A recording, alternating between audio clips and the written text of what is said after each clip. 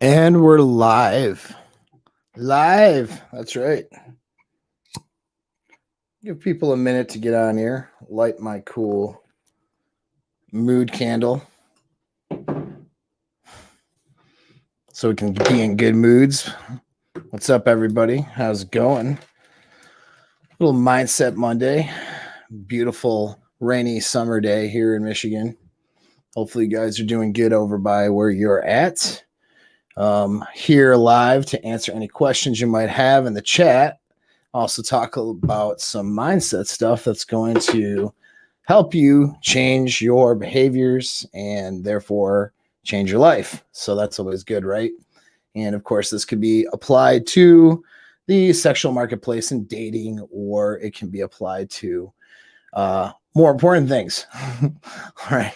Like achieving goals, achieving excellence, all that good stuff, finding your purpose, getting the body you want, getting the income you want, getting anything you want in life.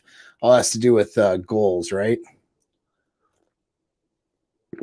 Give a few minutes here, kind of BS a little bit before let some people get in, log on. I don't usually go on this late because my buddy Rich over at Entrepreneurs and Cars is usually running his show now, and so I try not to conflict with his show because him and I are friends, and I consider him my business coach as well. He's very good at what he does there. What's up, Jerry? What's going on, man? And so, yeah, I try not to conflict with this show too much, but he took a break today, so I thought, I can go on a little bit later and take up some of that time, talk to you guys about cool stuff, can chop it up and BS in the chat. I don't have anything like the super chats or any of that set up, so I just don't have it set up yet. Actually, could I have enough subs and watch time? I have enough. I meet the criteria. I just got to figure out how to do it, which is it's just fine. Actually, it's fine because you guys can ask questions for free. What's up, Jack? And just put a question mark at the end of your question in the chat so I know it's a question and don't miss it because it won't pop like that. But anyway, we're going to talk a little bit about tracking. All right, we'll get into that real quick. And I know that sounds like tracking. Okay, like why is this such a big discussion and who cares? And I hate it sometimes. Sometimes it's annoying, like right now. So right now I'm actually serious about my diet program instead of dicking around. And so I'm tracking my calories every single day and making sure I hit my macros. Marissa's listening while cleaning up the house. That's good. You can listen while you do stuff. That's a good way, a good use of your time. You can do something passive while you're, listening. The blood transfusion pickup line. Yeah, I thought of that one on the fly. I was just kidding around. It could work. Who knows, man?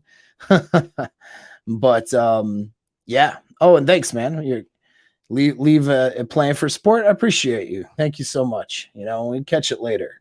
But yeah, we're going to talk about tracking behaviors and like why that is actually really effective method for changing actually what your brain does and how your brain responds and changing the actual behaviors themselves and quickly reconditioning new behaviors through just simply the act of tracking. We're going to talk about that and why that's so important.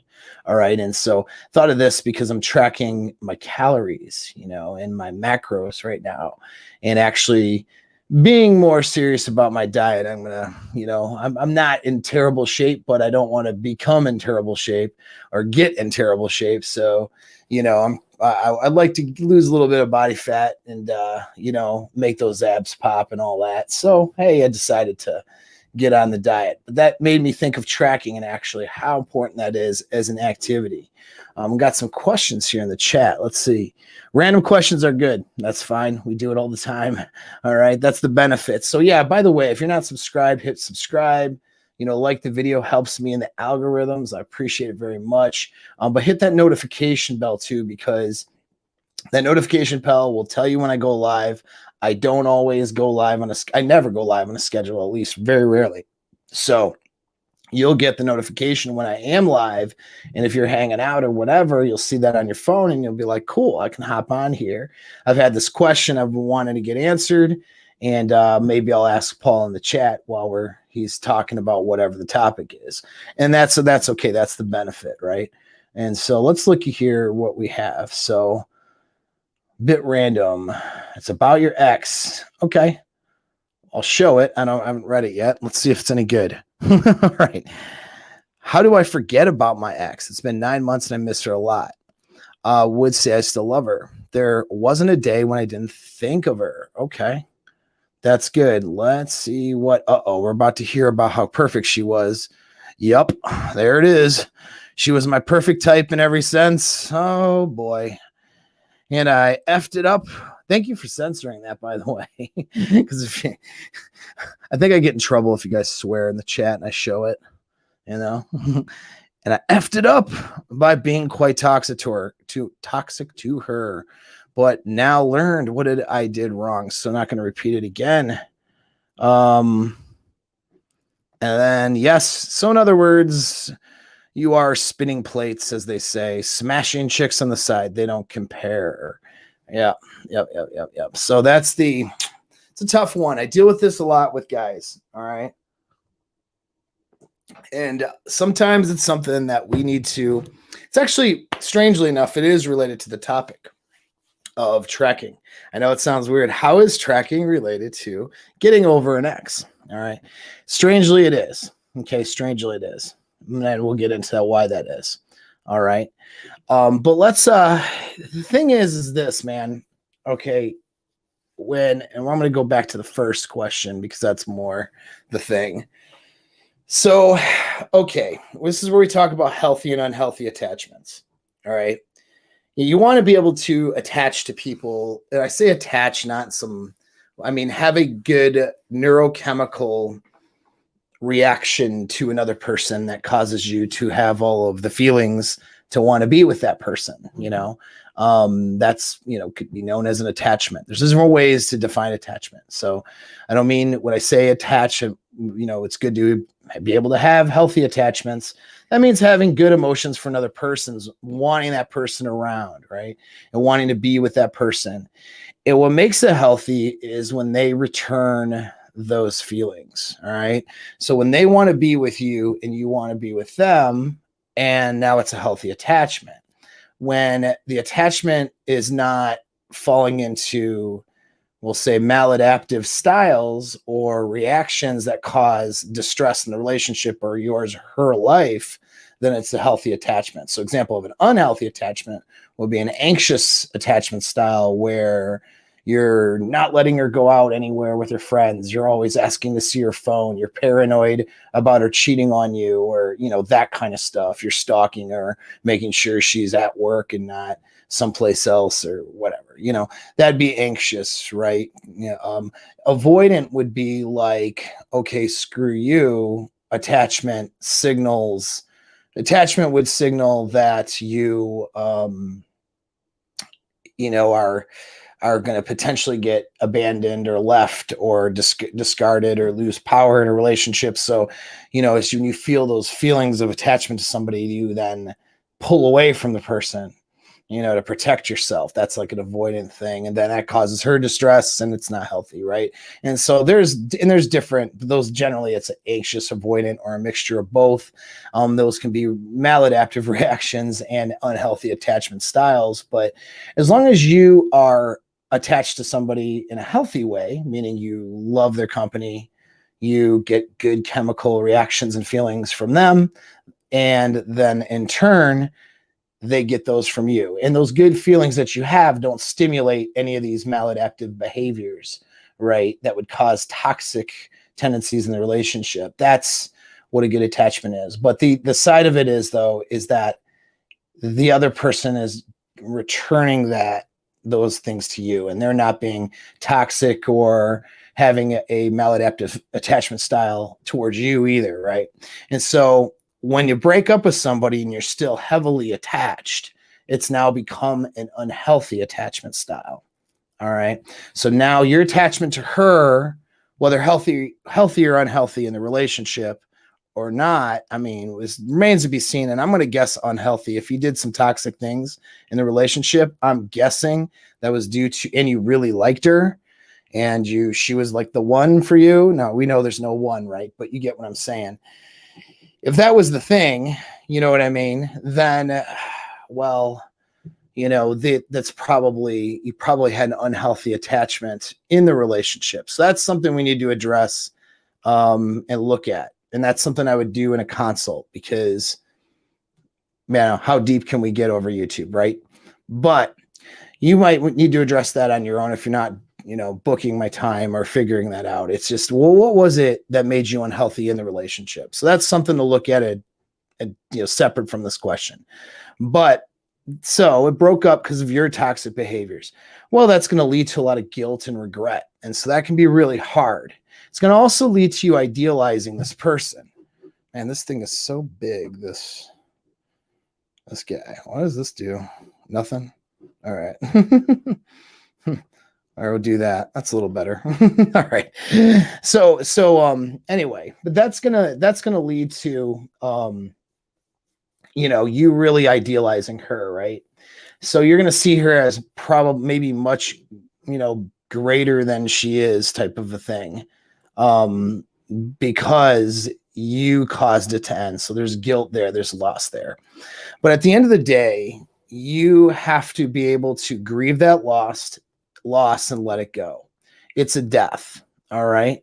That relationship is dead now. It died. Okay. So you have to be able to go through the grieving process. All right. And let that thing go. And that can be really hard. Be hard to let go of that attachment. So your brain does some interesting things when you lose a person, or you go through a breakup sometimes, where it causes this unhealthy attachment, and it causes you to it acts as a trauma in the brain, and it sits there and it causes you to hold on to all these anxious feelings. And that's a mechanism that's designed to keep you out of danger, actually, in a survival scenario. So, for example, if, you're in caveman times and the bushes start rustling and you freak out and run back to camp real fast, okay? Because last time it was a pack of wolves that tried to eat you. That's a really useful thing that your brain is doing. So having anxiety or fears or having these terrible emotions towards something, that can be pretty useful, okay, to protect us. But that gets turned on its head, though, when you have a traumatic relationship experience and a loss, because your brain is going to tell you, well, you don't want to go through this again. So here's a bunch of anxiety and crap now that you get to have, so that you try to get this person back, because this person represents a loss of your own identity and a major losses for you that could be potential survival losses, or it represents potential future losses. So you're going to now pine to try to get this girl back, or want to get a future girl like her, and then try to win that girl over. That had similar traits to your ex. You see, these are things that you're going to try to do to overcome this danger. And the key is, we got to move that stuff from the danger area, okay, the signaling anxiety, signaling all this stuff, into the acceptance area. And interestingly enough, getting an ex back, the quicker you can accept the loss of the relationship, is the quickest way an ex would potentially come back if she was going to. And I'm not saying she should, okay? And I'm not saying you should take her back or go back to her, but I'm just telling you that is the quickest way, is actually getting over it and moving on, believe it or not, okay? Believe it or not. There's a bunch of reasons for that, okay? That has to do with how she's going to perceive you and the situation.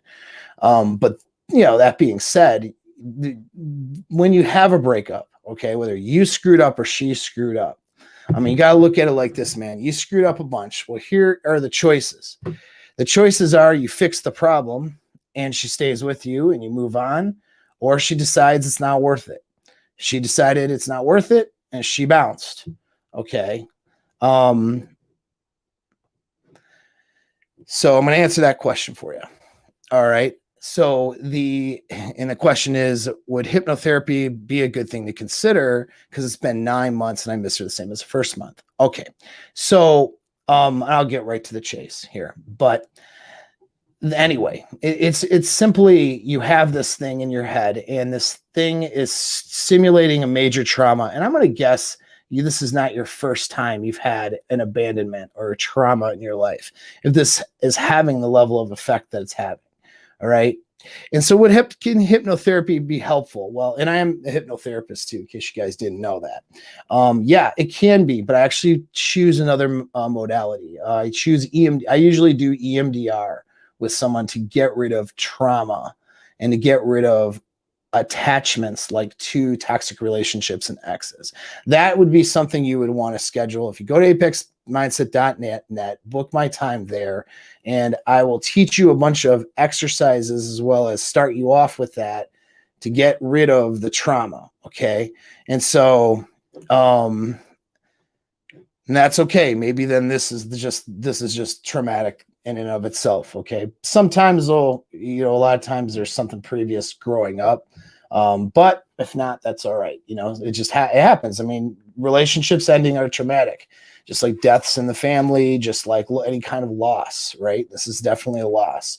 So what EMDR does, it's going to help you reprocess the events that occurred and change the neural connections and put them in a different part of your brain, or at least neurally connect them differently, so that when you think of your ex and you think of that person, you don't have this massive anxiety. Anxiety is a lack of a better term, but distressed feelings of loss, and that you've accepted the end of that relationship. And also, you need to accept too that she ain't the one, bro. Like, she's just not the one. Okay. There is no one. The one is the person you're building with. And that there are other women out there that you're going to bond with and they're going to be better than she is. Because think of it like this, dude. You're here right now. I don't know how old you are, but you're here, whatever here is. Let's say that you decide you're going to be a man about this shit, and you're going to be alpha, and you're going to work on yourself. All right. That means you're going to improve yourself, right? You're going to get better. Well, you met this chick when you were here. You broke up when you were here. You get better. What happens? You got access to better women, don't you? As you improve yourself, you improve your sexual market value. As your sexual market value improves, what improves? The quality of women that you have access to now. You see what I'm saying? And so your emotions towards this girl is making you tunnel vision and think, oh, there's nobody else like her. So here's some things to do. Well, first thing, you want to get rid of this quick because you've been struggling with it for 9 months. Schedule a session with me. All right. It's not trying to just grift my services. This is just something I do, and it works really well. I don't know what else to say. So that doing EMDR in the manner that I do it, with getting over exes, because then there's homework to do and the stuff you'll do on your own. That's actually involving what we're going to talk about today, which is tracking. Your brain will start to transform the way it thinks and the way the neural connections are to this event and this memory. And you can finally get rid of the distress, because the distress is not helping you. It's not helping you move on. It's not helping you better yourself. It's not helping you find a better chick. And it's not, if you were to go back to her or want her back, it ain't going to help you with that either, right? So you got to get to a point of outcome independence with this, where you know you're going to be good, even though it broke up. All right. Now, part of that stuff too, the MDR is one thing, and that's something there. Okay. But here's some things you can do right away. And we're going to talk about this. I want you to just start tracking every time you have anxiety. All right. You take your phone. I'm doing it like you're going to write it down in the sky, but whatever. You can use a notebook, or you can use, because that's what we're talking about today. Actually, this is the topic, and why tracking can be really important. Use your phone. Okay. And I want you to, I'm going to take a little break. Apex rifle is fire, dudes. You want a custom rifle? go order it on my website. Okay, send an email out and Chris will get a hold of you. He's the guy he's going to build it. They got all the parts over at Next Level Arms. It's high level stuff. So if you want a rifle, you're in the market for an AR style rifle that's going to be bad A, okay, like sick, all right, and it's sitting back there, can't handle it, or YouTube will shut me down. But yeah, you want something bad A, dude? Go get that rifle. All right. And you're going to get a great price on it too. It's going to be a lot cheaper than like, some of the other ones that are out there, that customized rifles, right?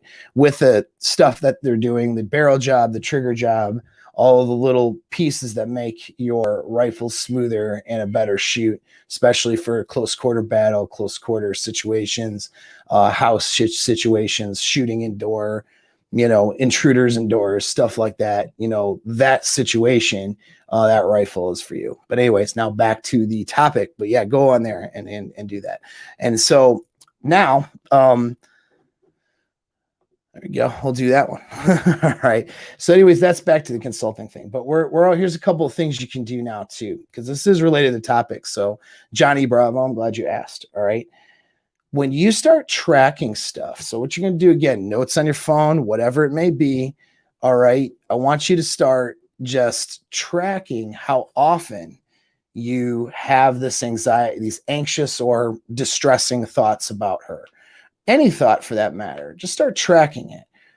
Write it down in your notes, put a timestamp on it, write briefly what the thought was, all right? And now as you write it, if you're very distressed, really distressed, go ahead and give yourself 5 minutes. Say, I'm going to give myself 5 minutes to think about my ex. And just think about this distressing thought for a minute. I'm going to ruminate in it. All right, I'm going to go to the bathroom and cry about it so that my coworkers don't see me. Whatever, man, whatever it is. And I say tongue in cheek, but we've all cried over an ex. So it's not a big deal, nothing to be ashamed of. And so I want you to, take that 5 minutes, but once that 5 minutes is over, you say, okay, I'm going to go back. All right. And, yeah, no, that's all right. And that's all right. But I'm going to tell you why tracking is so important. What happens, all right, when you track it.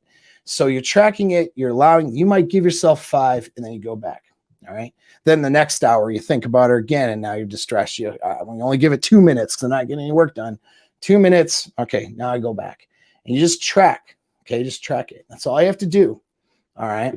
Now, the other thing, there's something else you'll do too with this, but all right. So here's what tracking does.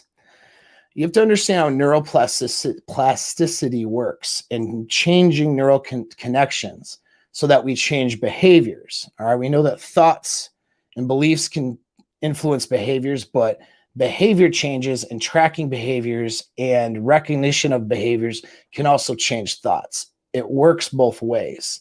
All right. Now, behavior can change the brain, actually change the brain, if the behavior is specific enough and is different enough that to what you're previously doing, then it'll start to cause changes. So if you're habitually right now thinking about your ex every single day for the past 9 months, and then you're challenging that behavior by noting it, giving yourself a minute and then going back to a different thing and a different set of thoughts. Take all those distressing thoughts and then project it into your work, project it into your next set at the gym, project it into whatever you're doing. You take the pain and you use the pain. And this is something that, I got from some military trainers too. That was one military trainer was very talented. He used to say, use the pain. So when you have emotional distress, you use it. So you give yourself a minute or two, right? You allow yourself to have that old behavior, but now you're going to change it. You can do something different with it.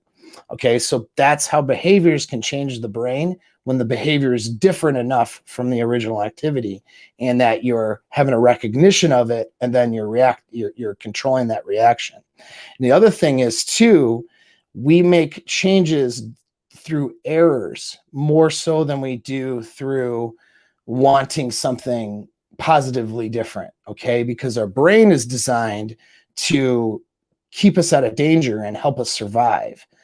And what causes survival problems are mistakes and errors, right? So there's a saying in like the success industry or whatever that you fail your way to success.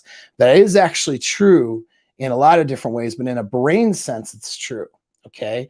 Because your brain is going to signal for making different neural connections when you are recognizing an error. So what you're doing when you track this thing, you don't want this anxiety. You don't want to have these bad feelings. So you track it, and that's just the process of doing it. You're not doing anything else. Your brain is like, dude, why are you, this isn't good. We don't want to have this distress, So you're challenging now, and you're seeing, okay, 10, 15, 20 times a day, you're thinking of your ex. Your brain's like, oh, what the hell, man? What are we doing to ourselves, right? It recognizes an error. There's a recognition of error there.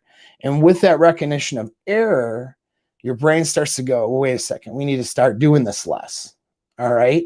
And then you will, as you track and as you allow yourself to, go ahead and ruminate for a minute or two, but then you go right back to something else, you start reconditioning doing other things with these distressing emotions, and your brain starts to see the error in the patterns that you're having of anxiety and starts to naturally change it. All right.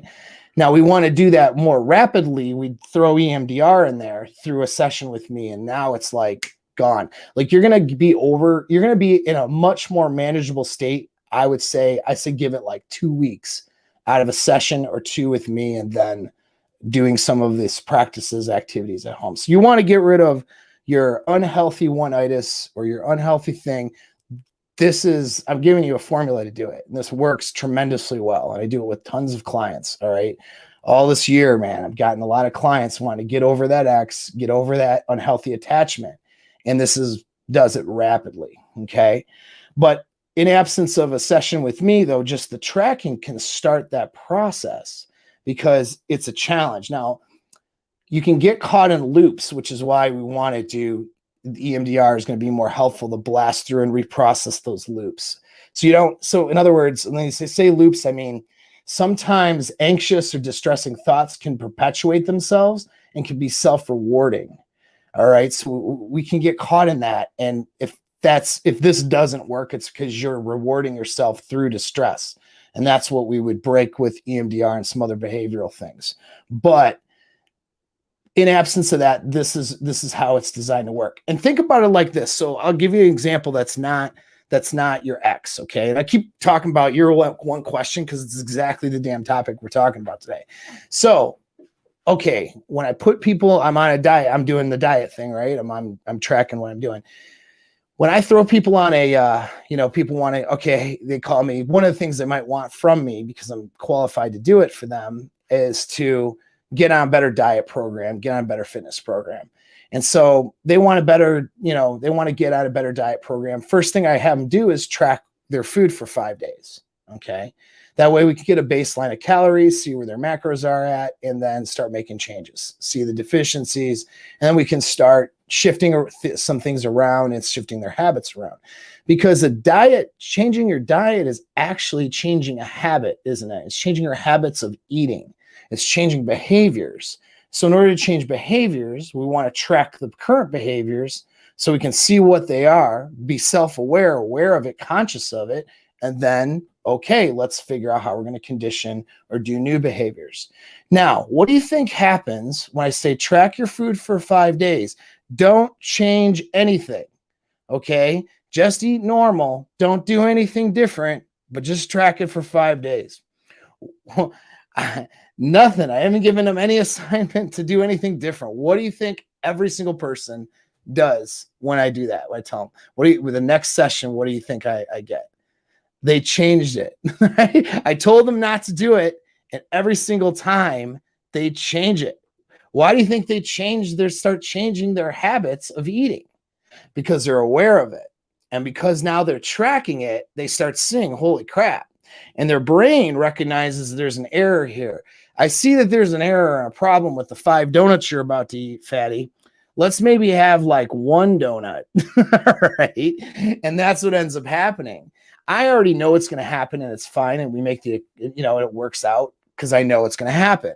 But every single time, it's so rare. Like people don't, it's the observer effect. Once they realize, are conscious of what they're doing, their brain automatically starts making the changes and starts fixing the problem. Our brains are problem solvers, dude. Your brain is a problem solver.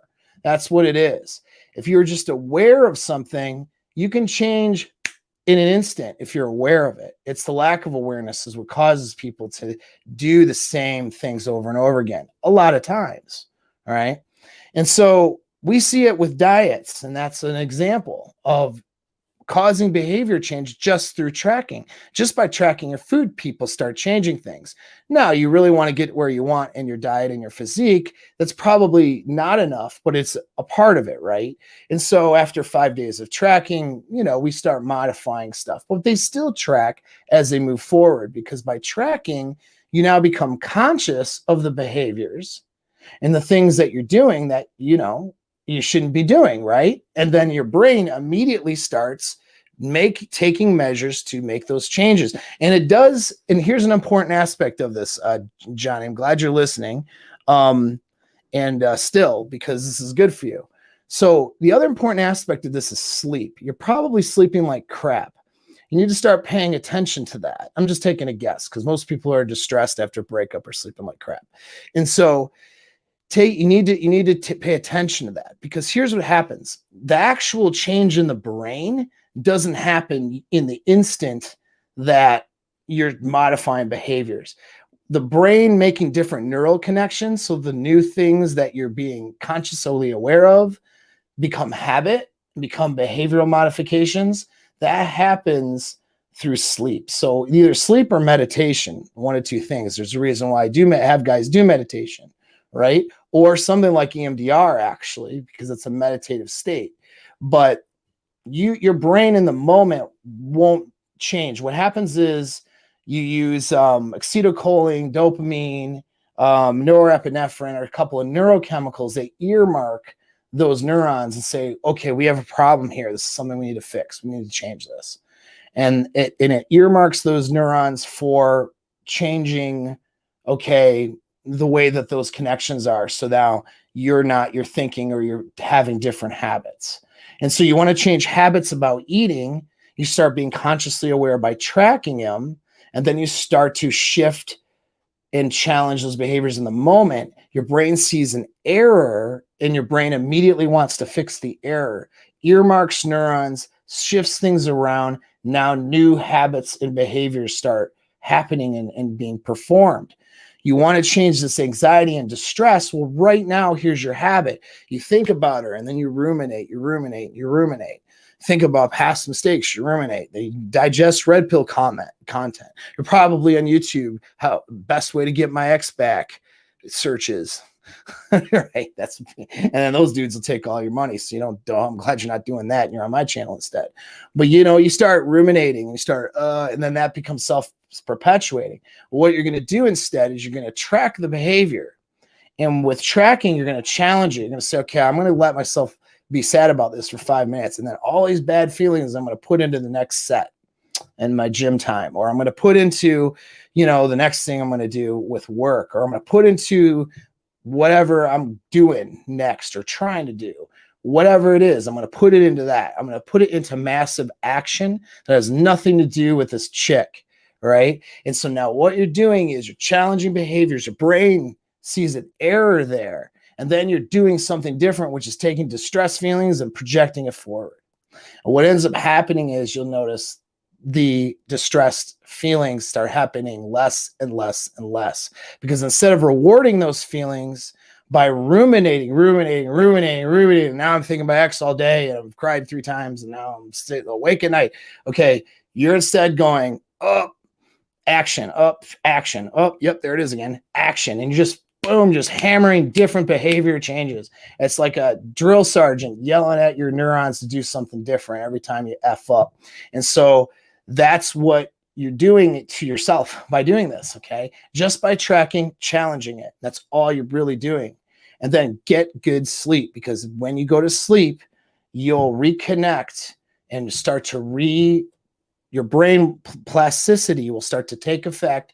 All of those neurons that you earmarked to do something different with behaviorally and mentally will start getting earmarked and changing. All right. We want to do that really rapidly. We throw EMDR in there. So you guys who've had breakups or dealing with breakups, if you're not in a good place after 8 weeks, when I say good place, I mean you've accepted the breakup. You're not thinking of her like a crazy person. You're not ruminating every day about it. You're you're going to be good moving forward. You might have moments of missing her, thinking about it, but it's not super distressing. It's not, taking a major part of your life, and you're moving forward. You're rarely ready to date after after 8 weeks. I don't care if you were in a 15-year marriage, okay, or whatever. I don't know who's in the chat who has that going on, but if you had this long marriage and she just complete traumatic breakup, or a dragged out BPD relationship with tons of trauma, if it's not over with, if you're not in a good place in 8 weeks, that means that you want to start executing some techniques, because why are you going to allow yourself to have distress over this person and let them affect your future relationships, as well as your future prognosis of your personal success and where you could be in life past that, right? A healthy amount of time is about 2 months. I mean, you're a human being. You guys, hopefully the chats are all human beings, not bots and not crazy psychopaths, right? So of course you're going to have distressing feelings when you break up or that happens. But if in 8 weeks you don't feel very content with that breakup, even though you might miss her sometimes, or even though you might have some thoughts there about her, but they're few and far between. They don't take your whole day over, and they're not ridiculously distressing. If you're not at that point in 8 weeks, book a session. I'm just going to tell you, book a session, because we'll have it over with, and you'll be good like in a few weeks after. Like, you'll start to see noticeable changes. Don't ruminate. Yep, I'm gonna throw this up there. Now, just prayers. I'm gonna do something for Thor. I think I'm working on something, so stay tuned on that. I think I'm gonna have something going on for him, and I have to check on a few things and make sure. I got to see what he needs, but I might throw down. I'll just tell you guys, because whatever. But I might do. I got to see if I can do it. But I might do a free course, just right here on YouTube, and make a donation if that's what he needs. So there's that. Thor's, guys who know Thor, he's a pretty cool dude, man. He's a real genuine guy. He is kind of in the red pill spaces, and he's just a genuine guy. He's a little eccentric, but in a really cool way. You know what I mean? I like him. He's a good dude. And he has a wife, and his wife got into an accident, and she's recovering, but man, it's a hard road. So shout out to Thor and to her. And I'm looking at doing something here. So maybe you guys want to pay attention to that, maybe support it. I'm going to throw out a free course, maybe, but I say free, but we'll have some, for donations and stuff. If that's something that they need, I got to check and see what's going on with that. But legend. I'm just kidding. That's something stupid. But anyways, thank you, Gabriel. I appreciate it. But anyway, so yeah, so that is back to tracking though. Okay. That is how your brain will actually start making changes when you become aware of errors. So when you start tracking errors or tracking successes, like for example, okay, I'm tracking I have to do this. I have to make so many phone calls for sales. Let's say you start tracking those numbers, right? There's a dopamine hit you get from the tracking, but if you're making errors in your productivity and, dicking around during your call time, letting some of the phone calls go on too long. This is more of a sales thing, but you get what I mean. And you're doing things, you'll notice those errors. And when your brain notices the errors, that's when your brain says, uh-oh, we got to fix something. Just by being aware of errors, your brain automatically moves to changing and fixing things. That's how your brain is designed. So we want to take advantage of that survival mechanism that your brain has to make massive changes and fix things, okay? I use the example of diet. We just use a good example and gave our friend Johnny here some advice to get over that ruminating feeling with the ex. And and to help start that process, and by just tracking it and then challenging the behavior patterns when you do so sometimes is a requirement, but sometimes just tracking it's all you need.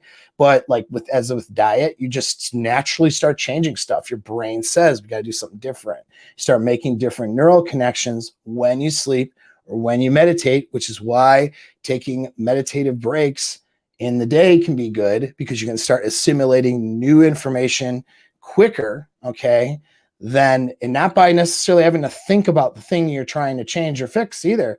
Just simply going into a meditative state for 10 to 15 minutes, maybe 20 minutes in the middle of an afternoon or something, all right, could give that brain rest and a break if you're doing a no-mindedness thing.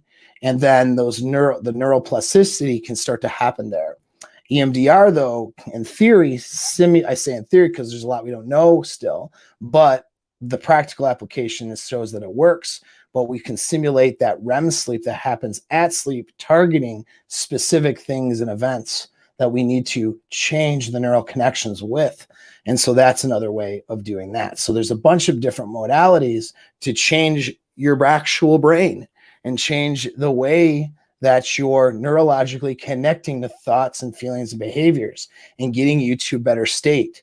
All right. Productivity, again, is another thing. If you find yourself not being productive enough and not doing some of the things you need to be doing, well, if you start tracking maybe the bad habits you have, you'll start to change those habits immediately. If you start tracking the good habits, which then causes you to recognize any behaviors you might have a tendency to do that's bad, that's those errors your brain recognizes, and you start making those changes. So there's a whole bunch of information on a Mindset Monday, and it's practical, isn't it? It's not BS woo-woo, imagine success and imagine money falling out of the sky and tell yourself you're good enough and all the success porn bull crap. You should feel good after listening to something like this. I hope you do, but it's not designed just to make you feel good with no substance. All right. It's designed to give you actionable stuff that will help you. Okay. Help you make some radical changes if we can. And in sessions, we do that. All right. We do that in my sessions. You can book at apexmindset.net. But yeah, you know what I mean? It's, you can do these on your own too. And in fact, it's a requirement. If you're doing a session with me, I'm not just like, waving a magic wand. Even in hypnotherapy, although sometimes hypnotherapy can be a one-shot hit if it's something in the unconscious mind that we recondition and, change some thoughts and belief patterns and stuff. Sometimes one session is good enough for hypnotherapy, but, a lot of times it's not. In fact, usually there's a behavioral change that needs to happen too, and some other stuff. And that's where the homework comes in. All right. That's where I give you stuff to do outside of our sessions. Let's go through some questions. Okay. All right. Would the Apex rifle be legal in California? Yeah. So it's legal. It should be legal in every state. It's not rapid fire. Okay. Although I have a selector switch that could take it there, but I don't have the inside, mechanisms to do that. And he's not going to build one that's rapid fire for you. So it's going to be by federal standards. Whatever the requirements in your country or in your state, take a look at that. So it's for California. I'm not up on everybody's laws everywhere, but California, you have a barrel length requirement. So he'll make sure the barrel is long enough for your state. And I think that your restrictions, I think, are on magazines. I think you can only have a certain amount of rounds, per magazine or something like that. My guys who know California, who are really up on the gun laws, which I'm not, can maybe comment in the chat, tell you more about that. But yeah, it's a custom rifle. So whatever the laws are in your state in California, they can customize a rifle and make it to that. All right. And the rifle was just, dude, like this really good friend of mine. We have very similar tastes in shooting platforms. And he's basically like, let me design a rifle for you that is everything you'd ever want. And I know what you want because we work together and, I know the things that you want, right? And we talked a little bit about it, but he does. He knows exactly what I want. My thing with a rifle is keep it simple, stupid. A simple platform that's well executed and effective is going to work for you every single time. Not, you notice I don't have a gypsy wagon of gear hanging off of my barrel. I don't need high tech wazoo stuff to be a better shooter, right?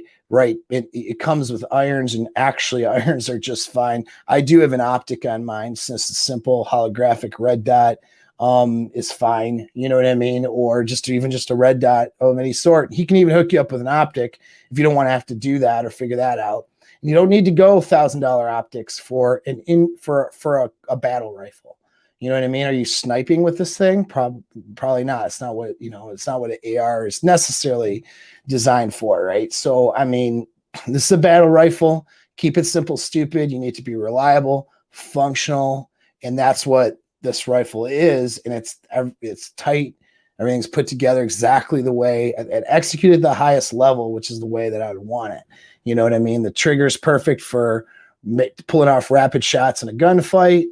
Your buffer spring and your, is set up the way you want to absorb recoil, all that stuff. But anyway, I won't talk too much more about it, but that's what it is, dude. So yeah, you guys, I'm only going to offer you stuff or take sponsorships that are things that I like, that I use, or that I think are cool. So I'm not just doing a bunch of sponsors to try to fill my pockets with dollars or whatever. It's nothing wrong with making money, but my integrity is more important. And so, yeah, the rifle I have, and it's my favorite rifle now. And, so you guys can have one too. Go to the website. Okay. So let's see what other questions we got. I'm just hanging out. Now I got all the info out for you. Okay, we got Beep Bop. All right. Thanks, bro. Appreciate it. Afi's in the house. Afi has a great channel, you guys. If you haven't gone over there, go check him out. All right. Thank you, Jerry, for that.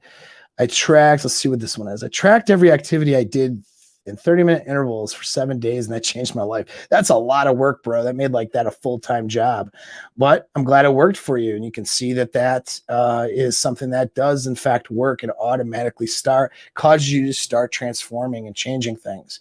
Think about this though. Even if let's say you guys are struggling with women, you could actually use a tracking method as you go through your approaches. All right, go through your dating apps and see where your successes and failures are. But just by tracking it makes you consciously aware. It's not the only thing that'll transform or change behavior, right? But it's a method that will cause you when your brain sees the errors, your brain will start to want to cause you to do different behaviors, right? And that means that you're making different neural connections to make changes. You can apply this to a lot of areas. Now, here's a word of advice with tracking though, too. Some of you guys, you don't want to get so caught up in tracking that you're just tracking everything, and now that's your full-time and part-time job, and then you're not getting anything else done. All right. So you don't have to obsess about it. Keep it really simple. Like I said, notes on the phone, super easy. Lists, right? Easy. If you're more of a pen and paper guy, carry a notebook around, or I carry these sometimes. I'll just write notes on them and I throw them away later. So just writing little notes, little tallies, maybe, you figure out a method that's super simple. Keep it simple, stupid. Don't make it complicated, right? Now, calories can be a little bit more complicated, but they have apps out now that make it incredibly easy. You know what I mean? You just plug in the food in the app. Simple, right? But for other behavior patterns, I don't know, you want to stop biting your nails every time you go to bite your nails and you notice it, just track it, write it somewhere. But put a little tally mark. That's it. You know what I mean? On something. Keep it simple so you're not obsessing over the tracking. Some of you guys like to do analysis paralysis and then spin your wheels instead of doing the action. So we don't want to do that. All right. Let's see. Hell yeah, they do. They absolutely do. They take them or save them. It's your choice. It's your choice. The choice of the end user. Damn, Nick, what'd you do? Yeah, and that's as long as he's doing them. I'm going to tell you that's the other thing. So this is a custom build. So if he gets stacked with orders, you're going to end up waiting. You know what I mean? I'm not trying to pressure sell you. I'm just being real about it. It takes about 2 to 3 weeks to get your the rifle into you. Okay, not into him. He's got to build it. He's got there's people in line. So expect about a 2 to 3 week lead time on it. But That's, including any parts that might need to get ordered or whatever. Keep it simple, stupid. You got it, Gabriel. You got it, bro. And so, yeah. So that's the thing. But yeah, so just when you be aware that it's a custom build, it's not, he doesn't have 100 of them on the shelf that he's trying to get rid of. When you order it, he'll build it. So that means that there will be a waiting list if there's a lot. So if you're in the market for it now, do it today. Don't do it a month from now. Do it a month from now if you can't do it today, but you get what I'm saying. The sooner you do it, the quicker this will happen for you, because if he gets backed up and backlogged, I don't know how much interest he's going to get at all. I have no idea. Never done this before, right? So, but if he gets so much interest that he has to put people on waiting lists, you're going to wish you tried to do it earlier. So just keep that in mind. What's this? Having staple meals when counting calories. Yeah, of course. Of course. Okay with eating 3 to 5 times a week. Well, a week or a day? I don't know. When that seems not like enough food. I don't know, but maybe that's because I'm 240 pounds of sheer manliness that you need to eat multiple times a day. My reduced calories is more than most people's regular calories that when they're trying to build muscle, which is good. It's kind of a benefit, I guess. But we're getting towards the end here, guys. We got about the 51-minute mark. So giving you guys a bunch of actionable information. Thank you for jumping on here and hanging out. I'll give it a minute or two because I got about another minute or so. And if no more questions come in, then I am going to sign off and say have a great evening. But yeah, thank you guys for all the support, jumping in here. And boom, here is this. Yeah, I remember it was a couple months ago. And I'm glad, bro. I'm glad. Yep. I'm glad you're doing better. I was wondering about that. I haven't seen you in the chat in a while. So that either means you're doing really well or not as good, but it sounds like you're doing really good. So I'm happy about that. Oh, you had a question above. Holy crap. Well, can you, all right. Let's see if I can find it. Let's find your question or put question marks at the end of your stuff, guys, so I can find it, which you may have done. Let's see. If you want to copy it or re-say it too. Oh, here we go. There's a question. I found you. All right. So do you think weight loss is more about the number of calories consumed versus the amount of exercise? Is the same for men or women? I find it's more about the food I eat or not eat. Okay. Here's what it is about to answer that question. That's a good question. Okay. And this is good for you guys. Look. Calories in, calories out, right? That's the basic thing. Some good diet books just to understand it. If you pick up, and I know this, people have their biases and their heroes and their enemies in the fitness industry. But Layne Norton has a good book on just the general concepts about dieting, and you can pick that up and learn a lot. Okay. The guy's name is Layne Norton. Stan Efferding for men, at least in bodybuilding, whether it's cutting or getting better, can pick that up. He has more of the vertical diet. It's like $100, but it's worth it. It's pretty good. But then let's talk about though dieting in general, right? So it's calories in, calories out. That's what it is. Now, there are differences between men and women, how they hormonally respond to food. Okay, there's individual differences, there's gender differences, and so those things need to be considered with training and dieting. But generally speaking, though, it's calorie in, calorie out. But here's the trick, though, what messes people up. It's not so simple as, oh, okay, like my maintenance calorie is 2,800, so if I just eat 2,400 every day, I'll lose weight. Well, wouldn't it be great if it was that simple?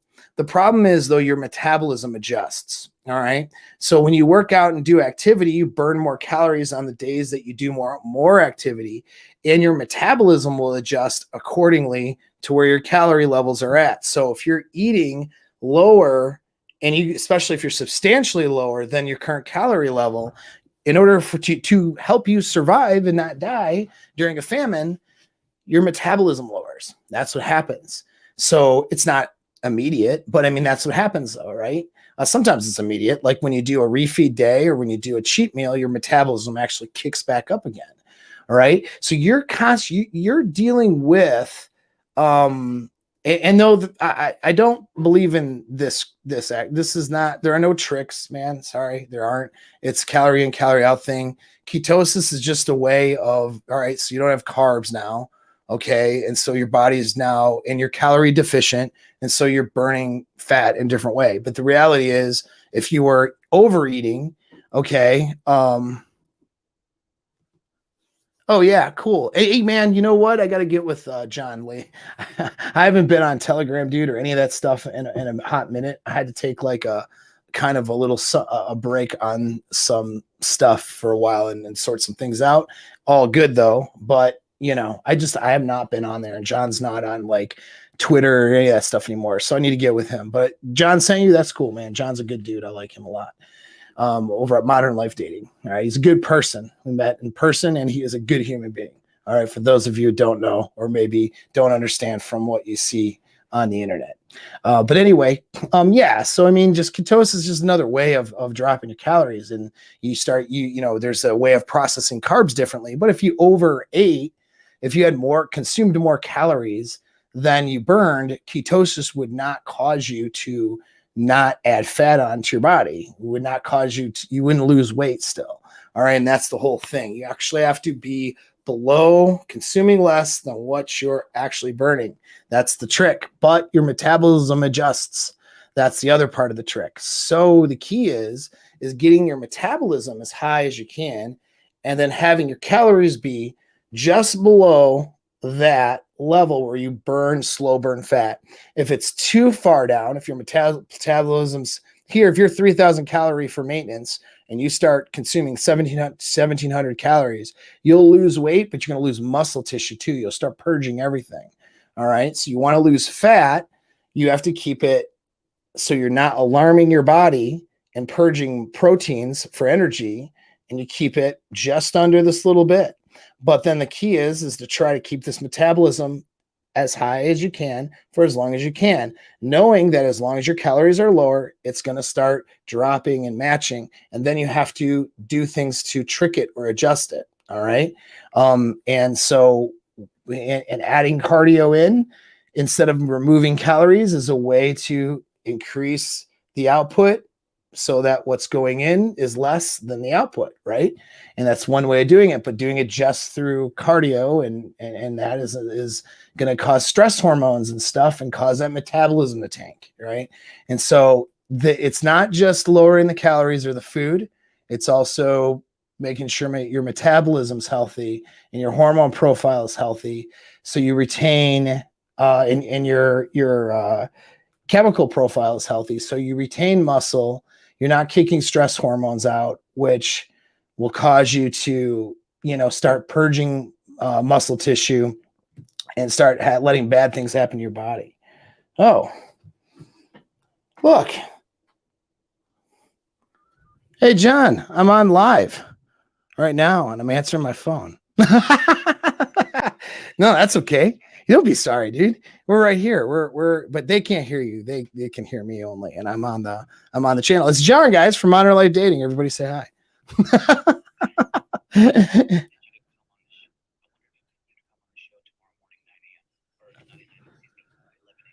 11 a.m. Oh, all right, cool. Hey, maybe I'm on John's show 11. I'm literally on live. All right, no problem, brother. Yep, I'll talk to you later. I might jump on John's show tomorrow. I got to see though, because I have I got consults, right? Let's see what time. Oh, yeah, I can do that. All right, go to Modern Life Dating at 11 a.m. tomorrow, guys. I'll be over there. Sounds like I'll get a hold of John and make sure that works out. That's about the end though. That was fun. I just like answering my phone. Yeah, so John, I'm in tomorrow at 11. All right, I just looked at my calendar. We're good. So you guys go over to Modern Life Dating and we're going to talk about inner game, because it's inner game month over there, and that's amazing. And so I'm excited, dude. We were just talking about you and how I'm not on Telegram, as like I took like 2-week break, but so we're back on. I don't have a session for consults scheduled at 11, so I will be there, and you guys kick ass and be there too. And that's it. We're at the hour mark. I got actually another entrepreneurial meeting to go to. So you guys are the greatest. Again, hit the like button. Thanks for asking the questions, and you know, I hope I got you some good actionable advice and got things, working for you. So you guys, there we go. All right. So there we go. So anyways, you guys take care. Thanks again for all the support. Apex rifle again, if you guys want one, get on the list so you can get it. All right. And we'll see you guys next time.